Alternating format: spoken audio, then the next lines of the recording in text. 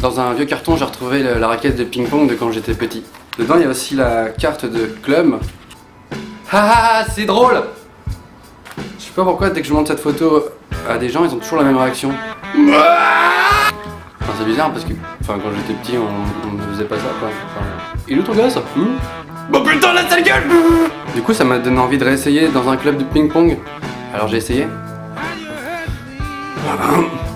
Bah, le plus important, c'est quand même le prof, parce qu'il y a un prof de ping-pong qui t'explique qu'il faut taper dans la balle. Et ce monsieur, quand il te montre un mouvement, on dirait qu'il veut te montrer qu'il sait faire gonfler ses veines en fait.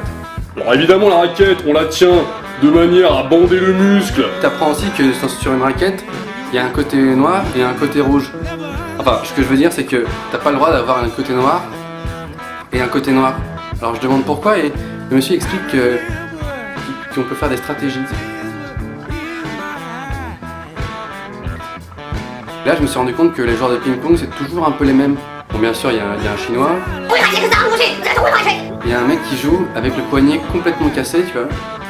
Et il a une position relativement efféminée et la bouche un peu ouverte. Ce qui fait que quand tu le vois, t'as la sensation de le trouver dégueulasse. Avec la bouche ouverte comme un autiste. Ouais, c'est peut-être un autiste en fait. Après, je tombe sur une fille. C'est mi-fille, mi-E.T.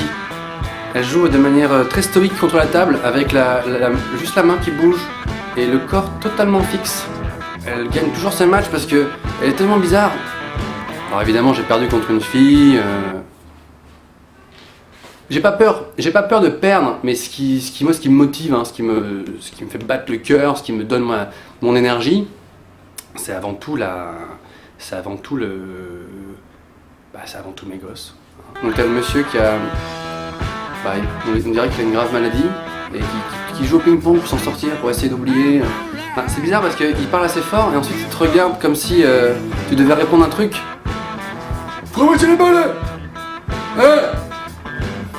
Et tu sais pas quoi. Il y a aussi le mec qui suit les cours de manière très assidue, de A à Z, et qui refuse qu'on fasse une balle, genre pas dans le match, tu vois. On peut jouer s'il te plaît? On m'a pas dit qu'on devait jouer. On peut jouer? Ce genre de mec en général, il t'éclate et après il t'explique pourquoi t'as perdu. 21-0, c'est pas grave. Donc c'est pas grave, c'est ton revers. Et puis après il y a moi. Excuse-moi, on peut utiliser ma balle pour le match, pour jouer parce que c'est un peu porte-bonheur et tout. Non, on peut pas. Ok. Non, je disais bonjour au mur.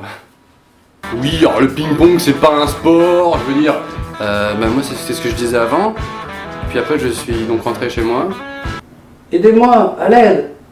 SOS! Suite à cette expérience, j'ai décidé d'arrêter ce sport. Parce que bon, je me sentais pas à ma place. Puis bon, je vais peut-être me mettre à la marche. Ouais, bon, ça fait quelques années que ça me trotte. J'aime bien marcher dans les villes, dans les campagnes. Donc petite annonce personnelle, s'il y a des gens qui font de la marche ou qui sont carrément gérants d'un club de marche, contactez-moi.